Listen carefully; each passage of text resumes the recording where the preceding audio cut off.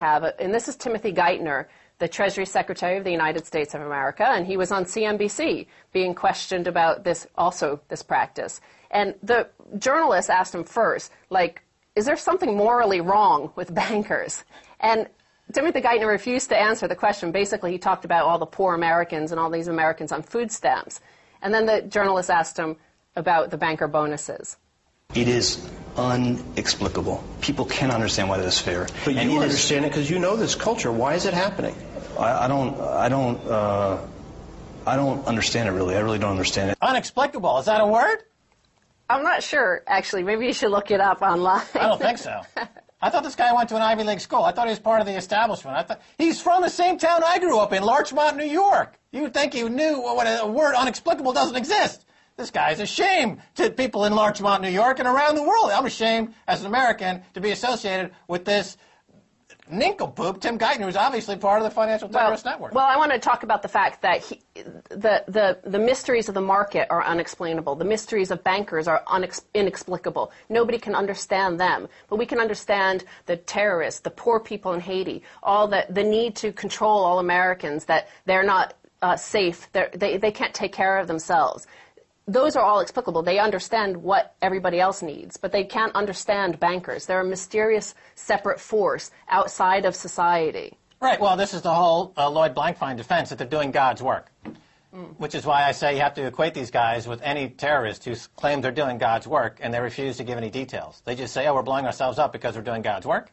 And Blankfein and Geithner and Paulson say, well, we're blowing up the economy, we're doing God's work. Now, the bottom line is they're greedy, and they're just stealing money. And there's nobody in government who, including Obama, who's put any enforcing the laws to stop wholesale thievery and theft, and that's tyranny.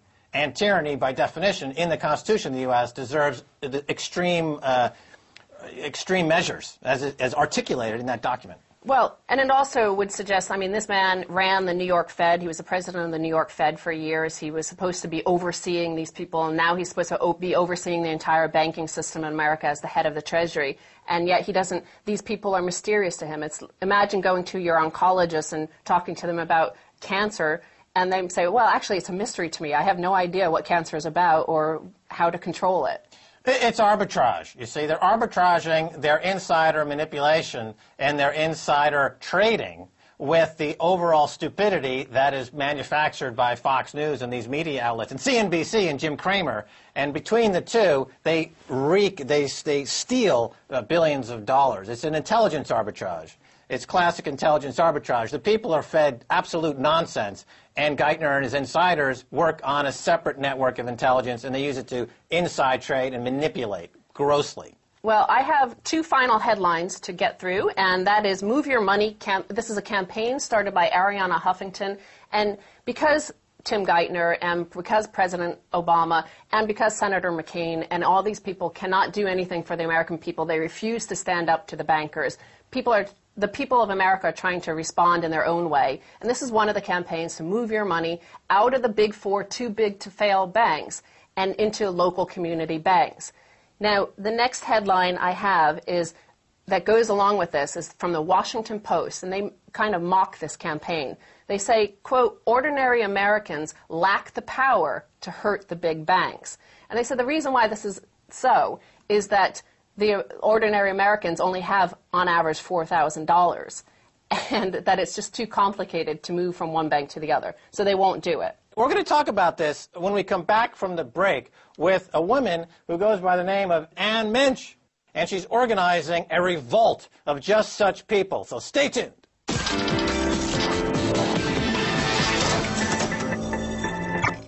Welcome back to the Keiser Report. Yeah, we're talking about revolution. We're talking about a debtor's revolution. The Washington Post there in the United States of America is saying that the average American can't stage a proper revolt, a debtor's revolt, because they only have $4,000 in cash. Let's go to California and speak with Ann Minch, an ordinary American who declared a debtor's revolt. Now let's watch a little bit of her video. Now, these are my terms. Unless you return my interest rate and monthly installment amount to what it was before the rate hike, or you make me a too-good-to-turn-down payoff offer, you're not getting another penny out of me. Welcome to the show from sunny California, Ann. Hi, Max. So tell us exactly how this whole revolt got started, Ann, and what's been the response so far? What inspired it? Well, I got my credit card statement in late summer of 2009 and shockingly found that the interest rate had been raised from 12.99% to 29.99%. I was pretty upset. I didn't know why this had happened because I hadn't missed any payments or anything like that. So I did a little research online. I called the bank. They absolutely refused to lower my rate unless they said the only way they would consider it would be if I were working with a credit counseling service. But I told them I don't need credit counseling. I'm not having a problem with my budget or paying my bills. So they refused, and I wasn't quite sure what to do after that. I've talked to some of my YouTube friends, and they said, you know what, you ought to make a video about it. So that's what I did. What do you think of this Washington Post editorial that declares ordinary Americans have no power over the big banks, Ann? Well, I think they underestimate the anger of the American people right now, and I think that's one of the reasons that my video went viral and took off and resonated with so many people, was that suddenly people began to see a way that we could fight back against the big banks that are just destroying our country. Okay, now the Huffington Post in the U.S. has started a campaign, I would think inspired in large part by your work. The campaign is called Move Your Money. It's about moving money out of the big banks, the four big banks in particular, to smaller community banks, thus decapitalizing these banks, thus giving them less of an opportunity to manufacture these weapons of mass financial destruction, as Warren Buffett calls them. What do you think of this Move Your Money campaign?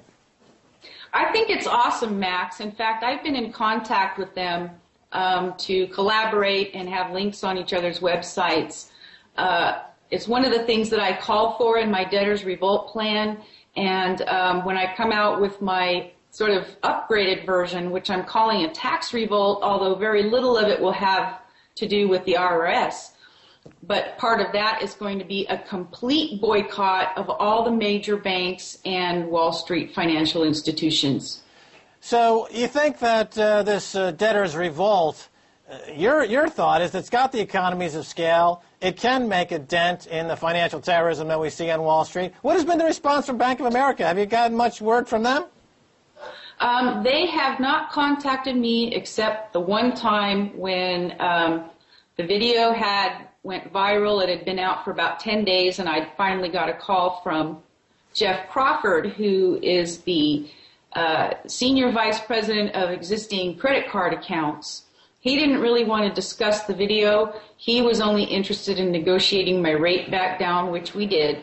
And other than that, I have not heard one word from them.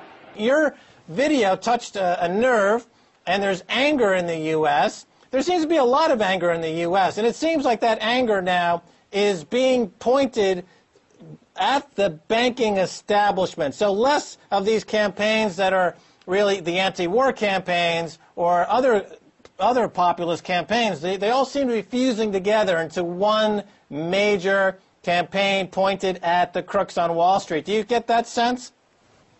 I absolutely do, Max. In fact, I'm one of the people that's angry. And when I put my video out, I had an overwhelming response. I've had thousands and thousands of people write me, not just from all over America, but from other countries in the world as well. So, because our governments are kind of all doing the same thing, usurping the wealth out of the civilian population.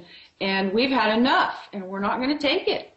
Okay, now, of course, the banking institutions that use your deposits as the collateral to spin derivatives that are used to confiscate wealth and increase the wealth and income gap in America and to increase the warmongering that America imposes on countries around the world. That, of course, that is tied to the U.S. dollar. So have you considered the possibility that the next step after the attack on Bank of America and the Move Your Money campaign would be to get America and the rest of the world to move out of the U.S. dollar, because the U.S. dollar funds much of America's bloody foreign policies and occupations? Yeah.